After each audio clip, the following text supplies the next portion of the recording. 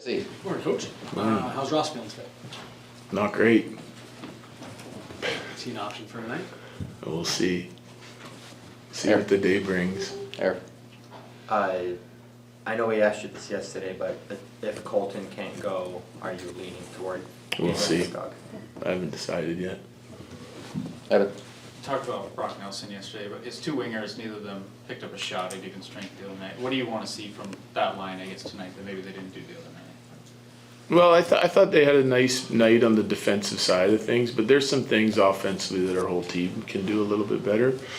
They're going to make it tough on you. They're going to take away your time and space. So being connected as a group of three, I think, is really important. And then, it begins with winning races and winning battles and being in good support of one another, and then trying to spread them out. So I think there's some things that line can do better, but it's our whole team included.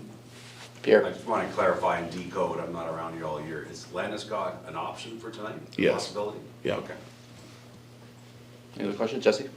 Coach, you know that they're going to up their sense of urgency. I know you always talk about playoffs, everyone's got to be desperate and urgent, but is this maybe where a moment with, like what you guys have dealt with over the last few weeks, playing against a lot of desperate teams in the lead up can help, or do you guys got to... Well, that's what the regular season does, right? It prepares you for playoffs. And when you're playing teams that are in a fight to get in the playoffs, playing against desperate teams that are fighting for home ice, etc., I think that is exactly what it is. It's preparation for playoffs, game 1, game 2. It's only going to get harder every game you play, right? So, no one's sitting in our room going, yeah, great job, and the job's finished. Like, we know it's a long road, and we're trying to focus on the things that we can do better tonight that we didn't do enough of in game 1. All right. Jared, I'm not gonna ask you about the lineup, but when it comes to knowing the other team's lineup one way or the other, does it impact your game day prep as a coach? If you go and say, if the Stars say, hey, we're gonna play this guy versus we're not gonna say until game time, does it impact your prep at all, knowing? I think, a little bit. Just depends on the player and their role and what they do. I just don't give out my lineup because there's nothing in it for me. Eric. Last year when you guys won game 1 in Dallas, that game went a whole heck of a lot different than the one on Saturday did. Is it truly, once the game's over, you leave that in the past, or is there any extra, confidence or motivation knowing that you played quite better this game 1 than last year? Yeah, we're not comparing it to last year, to be honest with you. Like, we evaluated last year and talked about last year when it was finished. That being said, they have the same coach and a lot of the same players, so I'm not saying there's not similarities, but we're a different team, they're a different team, we're in different, like our mindset is we look at game 1, we evaluate it, we take the things that we like, we show our guys and reiterate that information to them, and then we look at the things where we can improve upon and things we can do better, and look at it structurally, tactically, from a competitive standpoint, what were we doing, what weren't we doing, and we look at all the areas we can improve and give our guys that information too, and then we reset and get ready to go for tonight. Go ahead in the back. Coach, you had that early 5-on-3 last game. I've heard some coaches and players say sometimes an early power play can be sort of blessing and a curse because you're not quite into the game yet. Yeah. Do you have a philosophy on that? Yeah, I think it's tough. I think it's tough when you get that opportunity right away. Emotions are still high. You're still trying to settle into the game a little bit.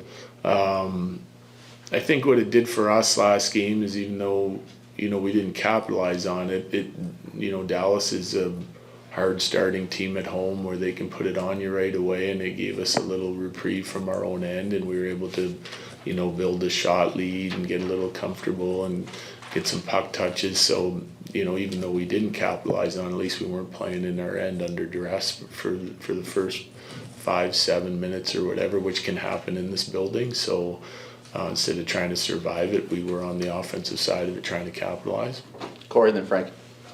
That was Parker Kelly's Stanley Cup playoff debut too. Yeah. We made a big deal of Blackwoods, but you added a bunch of players in the summer. You tried a bunch of different players from the minors. You've asked him to do a lot of different things. What about him made him sort of fit and stick the way he is?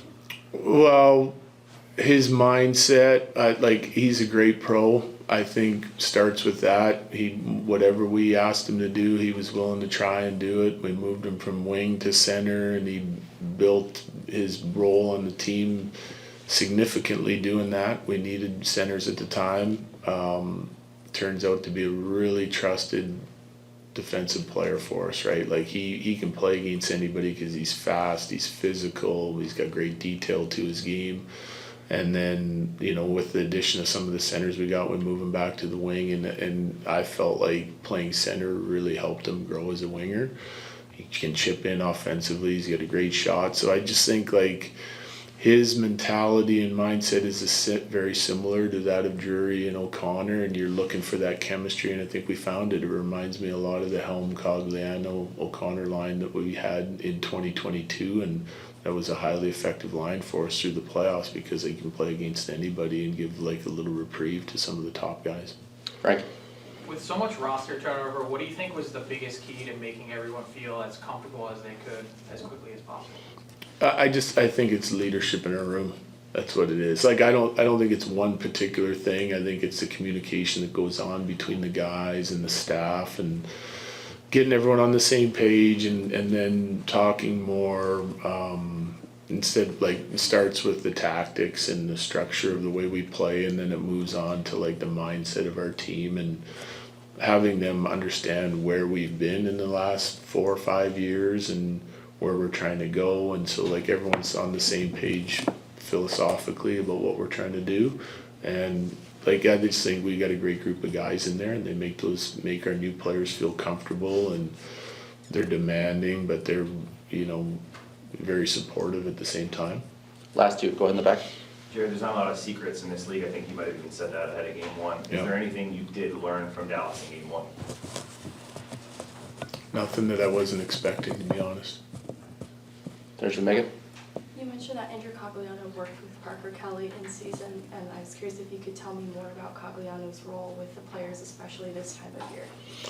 Yeah, well, it's similar to what he's done all year long. Like we haven't changed a lot of things like in our preparation, except we're digging a little bit deeper in a lot of areas. And like he's got a tremendous amount of respect around the room because of the way he handled himself and the way he played, a lot like Landy does. And now he's in a management role, but he still is able to like share his experiences, talk to guys. It's another guy that gets a view of the game from the press box. He understands the development side of hockey. He changed his role a lot over the course of his career to be an effective player and a guy that was contributing on a nightly basis, from scoring goals early in his career to being a rock solid shutdown guy. So it's just another guy that players feel comfortable going to and discussing their role, their game, how things are going for them. And, like you can't have too many guys like that around. Anyone that like, they feel more comfortable coming to me and talking, that's great. If it's Pratt or if it's Ray, if it's C-Mac, Joe, and Cogs, they all will have, similar or varying opinions of what's going on, and you gather knowledge to make sure your game's in order. So I think he's a great resource for our team. Thanks, Jared. Yeah, thank you. Open up in the first guy drop.